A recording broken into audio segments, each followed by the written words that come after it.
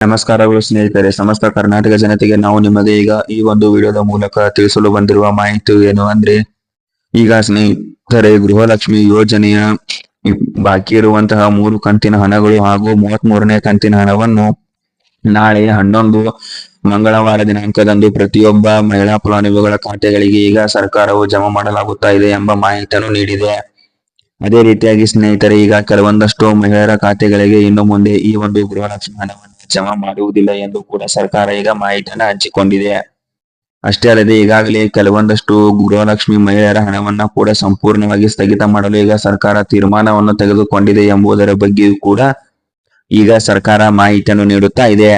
ಹಾಗಿದ್ರೆ ಸ್ನೇಹಿತರೆ, ಈಗ ಯಾರಿಗೆಲ್ಲ ಹಣ ದೊರೆಯುತ್ತದೆ ಹಾಗೂ ಯಾರಿಗೆಲ್ಲ ಈ ಒಂದು ಗೃಹಲಕ್ಷ್ಮಿ ಹಣ ಜಮಾ ಆಗುವುದಿಲ್ಲ ಎಂಬುದರ ಬಗ್ಗೆ ಸಂಪೂರ್ಣವಾದ ಮಾಹಿತಿಯನ್ನ ಈಗ ನೀವು ಪಡೆದುಕೊಳ್ಳಬೇಕು ಅಂದ್ರೆ ಈಗ ಈ ಒಂದು ವಿಡಿಯೋವನ್ನ ನೀವು ಕೊನೆಯವರೆಗೂ ನೋಡಿಕೊಳ್ಳಿ. ಅದೇ ರೀತಿಯಾಗಿ ಸ್ನೇಹಿತರೆ, ಇದೇ ತರದ ಹೊಸ ಮಾಹಿತಿಗಳನ್ನ ಪಡೆದುಕೊಳ್ಳಲು ನಮ್ಮ ಯೂಟ್ಯೂಬ್ ಚಾನೆಲ್ ಅನ್ನು ಸಬ್ಸ್ಕ್ರೈಬ್ ಮಾಡಿಕೊಳ್ಳಿ. ಹಾಗೆ ಈ ಒಂದು ವಿಡಿಯೋಗೆ ಲೈಕ್ ಮಾಡಿ ಹಾಗೂ ಈ ಒಂದು ನಮ್ಮ ಚಾನೆಲ್ ಅನ್ನು ತಪ್ಪದೆ ಸಬ್ಸ್ಕ್ರೈಬ್ ಮಾಡಿಕೊಳ್ಳಿ. ಅಷ್ಟೇ ಅಲ್ಲದೆ ಸ್ನೇಹಿತರೆ, ಈಗಾಗಲೇ ಸರ್ಕಾರವು ಕೆಲವೊಂದಷ್ಟು ಜಿಲ್ಲೆಗಳಿಗೆ ಈ ಒಂದು ಗೃಹಲಕ್ಷ್ಮಿ ಯೋಜನೆ ಹಣವನ್ನು ಜಮಾ ಮಾಡಲು ಈಗ ಪ್ರಾರಂಭ ಮಾಡಿದೆ. ಅದೇ ರೀತಿಯಾಗಿ ಇನ್ನೂ ಕೆಲವೊಂದಷ್ಟು ಕಂತಿನ ಹಣಗಳು ಕೂಡ ಈಗ ಮಹಿಳೆಯರ ಖಾತೆಗಳಿಗೆ ಜಮಾ ಆಗಿಲ್ಲ. ಆದರೆ ಸ್ನೇಹಿತರೆ, ಈಗ ಸರ್ಕಾರವು ನೀಡಿರುವಂತಹ ಮಾಹಿತಿಯ ಪ್ರಕಾರ ಈಗ ಬಾಕಿ ಇರುವಂತಹ 3 ಕಂತಿನ 6,000 ಹಣವನ್ನು ಕೂಡ ಈಗ ನಾಳೆ ಈ ಒಂದು ಗೃಹಲಕ್ಷ್ಮಿ ಯೋಜನೆಯ ಹಣವನ್ನು ಜಮಾ ಮಾಡುತ್ತದೆ ಎಂದು ಈಗ ಸರ್ಕಾರ ಸ್ಪಷ್ಟವಾದಂತಹ ಮಾಹಿತಿಯನ್ನ ಹಂಚಿಕೊಂಡಿದೆ. ಅದೇ ರೀತಿಯಾಗಿ ಸ್ನೇಹಿತರು, ಈಗ ಯಾರಿಗೆಲ್ಲ ಈ ಒಂದು ಹಣವು ಜಮಾ ಆಗುತ್ತಾ ಇದೆ ಎಂದರೆ, ಯಾರೆಲ್ಲ ಸರಿಯಾದ ದಾಖಲೆಗಳನ್ನು ನೀಡಿ ಈ ಒಂದು ಗೃಹಲಕ್ಷ್ಮಿ ಯೋಜನೆಗೆ ಈಗ ಮರು ಅರ್ಜಿಯನ್ನ ಸಲ್ಲಿಕೆ ಮಾಡಿದ್ದಾರೋ ಅಂತವರಿಗೆ ಮಾತ್ರ ಈಗ ಈ ಒಂದು ಗೃಹಲಕ್ಷ್ಮಿ ಯೋಜನೆ ಹಣವು ಬಂದು ಜಮಾ ಆಗುತ್ತದೆ ಎಂದು ಸರ್ಕಾರವು ಈಗ ಸ್ಪಷ್ಟವಾದಂತಹ ಮಾಹಿತಿಯನ್ನು ನೀಡುತ್ತಾ ಇದೆ.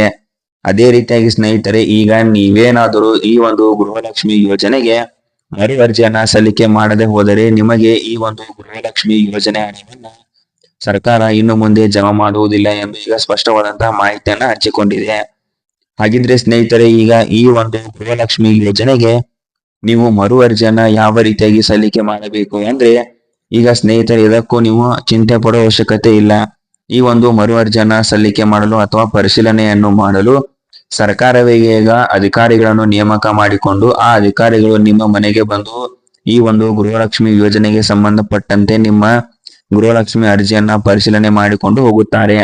ಅದಕ್ಕೆ ಸ್ನೇಹಿತರೆ, ನೀವು ಆ ಒಂದು ಅಧಿಕಾರಿಗಳು ಬಂದ ಸಮಯದಲ್ಲಿ ನೀವು ಆ ಒಂದು ಗೃಹಲಕ್ಷ್ಮಿ ಯೋಜನೆಗೆ ಬೇಕಾಗುವಂತಹ ವೋಟರ್ ID, ಆಧಾರ್ ಕಾರ್ಡ್ ಮತ್ತು ಜಾತಿ ಪ್ರಮಾಣ ಪತ್ರಗಳನ್ನು ಅವರಿಗೆ ನೀಡಬೇಕಾಗುತ್ತದೆ. ಆಗ ಮಾತ್ರ ನಿಮಗೆ ಈ ಒಂದು ಗೃಹಲಕ್ಷ್ಮಿ ಯೋಜನೆಗೆ ಅರ್ಜಿಯನ್ನು ಮರುಪರಿಶೀಲನೆ ಮಾಡಿದಂತಾಗುತ್ತದೆ. ಒಂದು ವೇಳೆ ಸ್ನೇಹಿತರೆ ನಿಮ್ಮ ಬಳಿ ಏನಾದರೂ ವೋಟರ್ ID ಇಲ್ಲದೆ ಹೋದರೆ ನಿಮಗೆ ಯಾವುದೇ ಕಾರಣಕ್ಕೂ ಕೂಡ ಈ ಒಂದು ಗೃಹಲಕ್ಷ್ಮಿ ಯೋಜನೆ ಹಣವು ಬಂದು ಜಮಾ ಆಗುವುದಿಲ್ಲ. ಹಾಗಾಗಿ ಸ್ನೇಹಿತರೆ, ನೀವು ಕೂಡಲೇ ಈ ಒಂದು ಗೃಹಲಕ್ಷ್ಮಿ ಯೋಜನೆಗೆ ಅರ್ಜಿಯನ್ನು ಸಲ್ಲಿಕೆ ಮಾಡಿ ಈಗ ನೀವು ಕೂಡ ಪ್ರತಿ ತಿಂಗಳು ಈ ಒಂದು ಗೃಹಲಕ್ಷ್ಮಿ ಯೋಜನೆ ಹಣವು ಜಮಾ ಆಗುವಂತೆ ಮಾಡಿಕೊಳ್ಳಬಹುದು. ಅದೇ ರೀತಿಯಾಗಿ ಸ್ನೇಹಿತರೆ, ಈಗ ನಮಗೆಲ್ಲರಿಗೂ ತಿಳಿದಿರುವಂತೆ ನಮ್ಮ ರಾಜ್ಯದಲ್ಲಿ ಸುಮಾರು 6 ರಿಂದ 7 ಲಕ್ಷ ಮಹಿಳೆಯರ ಗೃಹಲಕ್ಷ್ಮಿ ಹಣವನ್ನ ಸರ್ಕಾರ ಈಗಾಗಲೇ ಕ್ಯಾನ್ಸಲ್ ಮಾಡಿದೆ. ಇದಕ್ಕೆ ಸ್ನೇಹಿತರೆ ಮುಖ್ಯ ಕಾರಣಗಳು ಏನೇನು ಅಂದ್ರೆ, ಮೊದಲಿಗೆ ಆ ಒಂದು ಮಹಿಳೆಯರ ಬಳಿ ಅಂದ್ರೆ ಅದರಲ್ಲಿ ಕೆಲವೊಂದಷ್ಟು ಮಹಿಳೆಯರ ಬಳಿ ವೋಟರ್ ID ಇಲ್ಲದೆ ಇರುವುದರಿಂದ ಅಂತಹ ಮಹಿಳೆಯರಿಗೆ ಸರ್ಕಾರ ಇನ್ನು ಮುಂದೆ ಈ ಒಂದು ಗೃಹಲಕ್ಷ್ಮಿ ಹಣವನ್ನ ಜಮಾ ಮಾಡುವುದಿಲ್ಲ ಎಂದು ಮಾಹಿತಿಯನ್ನ ನೀಡಿದೆ. ಅದೇ ರೀತಿಯಾಗಿ ಇನ್ನೂ ಕೆಲವೊಂದಷ್ಟು ಮಹಿಳೆಯರು ಯಾವ ರೀತಿ ಇದೆ ಅಂದರೆ, ಆ ಒಂದು ಮಹಿಳೆಯರು ನಮ್ಮ ರಾಜ್ಯದಲ್ಲಿ ವಾಸವನ್ನ ಮಾಡುತ್ತಾ ಇದ್ದರೂ ಕೂಡ ಅವರ ಬ್ಯಾಂಕ್ ಖಾತೆಗಳು ಬೇರೊಂದು ರಾಜ್ಯದಲ್ಲಿ ಅವರು ಹೊಂದಿದ್ದಾರೆ. ಅದಕ್ಕಾಗಿ ಈಗ ಅಂತವರನ್ನು ಕೂಡ ಸರ್ಕಾರ ಪರಿಶೀಲನೆ ಮಾಡಿ ಈಗ ಅಂತಹ ಮಹಿಳೆಯರಿಗೆ ಇನ್ನು ಮುಂದೆ ಗೃಹಲಕ್ಷ್ಮಿ ಹಣ ಜಮಾ ಆಗದಂತೆ ಈಗ ಸರ್ಕಾರ ಪರಿಶೀಲನೆಯನ್ನು ಮಾಡಿಕೊಂಡು ಇನ್ನು ಮುಂದೆ ಅವರಿಗೆ ಯಾವುದೇ ಕಾರಣಕ್ಕೂ ಕೂಡ ಈ ಒಂದು ಗೃಹಲಕ್ಷ್ಮಿ ಹಣವನ್ನ ನೀಡಬಾರದು ಎಂದು ಈಗ ಸರ್ಕಾರ ಆದೇಶವನ್ನ ಮಾಡಿದೆ. ಹಾಗಾಗಿ ಸ್ನೇಹಿತರೆ, ಕೂಡಲೇ ನೀವು ನಿಮ್ಮ ರೇಷನ್ ಕಾರ್ಡ್ಗೆ ಹಾಗೂ ಈ ಒಂದು ಗೃಹಲಕ್ಷ್ಮಿ ಯೋಜನೆಗೆ ಮರು ಅರ್ಜಿಯನ್ನ ನೀವು ಸಲ್ಲಿಕೆ ಮಾಡಲೇಬೇಕಾಗುತ್ತದೆ. ಒಂದು ವೇಳೆ ನೀವೇನಾದ್ರೂ ಮರು ಅರ್ಜಿಯನ್ನ ಸಲ್ಲಿಕೆ ಮಾಡದೆ ಹೋದ್ರೆ ಇನ್ನು ಮುಂದೆ ನಿಮಗೆ ಪ್ರತಿ ತಿಂಗಳು ಈ ಒಂದು ಗೃಹಲಕ್ಷ್ಮಿ ಹಣ ಬಂದು ಜಮಾ ಆಗುವುದಿಲ್ಲ. ಹಾಗಾಗಿ ಕೂಡಲೇ ನೀವು ಕೂಡ ಈ ಒಂದು ಗೃಹಲಕ್ಷ್ಮಿ ಯೋಜನೆಗೆ ಅರ್ಜಿಯನ್ನ ಸಲ್ಲಿಕೆ ಮಾಡಿ. ಅದೇ ರೀತಿಯಾಗಿ ಸ್ನೇಹಿತರೆ, ಈಗ ನಮ್ಮ ರಾಜ್ಯ ಸರ್ಕಾರವು ಈ ಒಂದು 29 ಜಿಲ್ಲೆಗಳಿಗೆ ಈಗ ಗೃಹಲಕ್ಷ್ಮಿ ಯೋಜನೆ ಹಣವನ್ನು ನಾಳೆ ಮಂಗಳವಾರದಂದು ಈಗ ಬಿಡುಗಡೆ ಮಾಡಲಾಗುತ್ತಾ ಇದೆ ಎಂಬ ಮಾಹಿತಿಯನ್ನು ನೀಡಿದ್ದಾರೆ.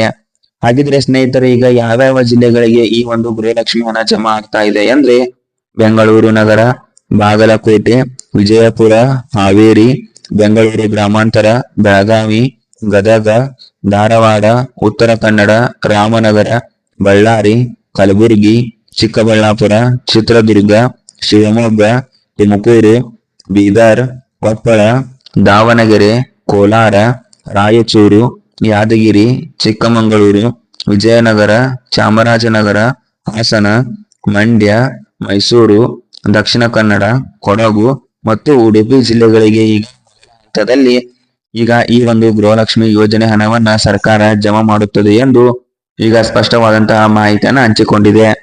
ಹಾಗಿದ್ರೆ ಸ್ನೇಹಿತರೆ, ಈಗ ನೀವು ಕೂಡ ದಿನನಿತ್ಯವೂ ಈ ಒಂದು ಗೃಹಲಕ್ಷ್ಮಿ ಯೋಜನೆಗೆ ಸಂಬಂಧಪಟ್ಟಂತೆ ಹೊಸ ಹೊಸ ಅಪ್ಡೇಟ್ಗಳ ಬಗ್ಗೆ ಮಾಹಿತಿಯನ್ನ ಪಡೆದುಕೊಳ್ಳಬೇಕು ಅಂದ್ರೆ ಈಗ ಕೂಡಲೇ ಈ ಒಂದು ಚಾನೆಲ್ ಅನ್ನು ಸಬ್ಸ್ಕ್ರೈಬ್ ಮಾಡಿಕೊಳ್ಳಿ.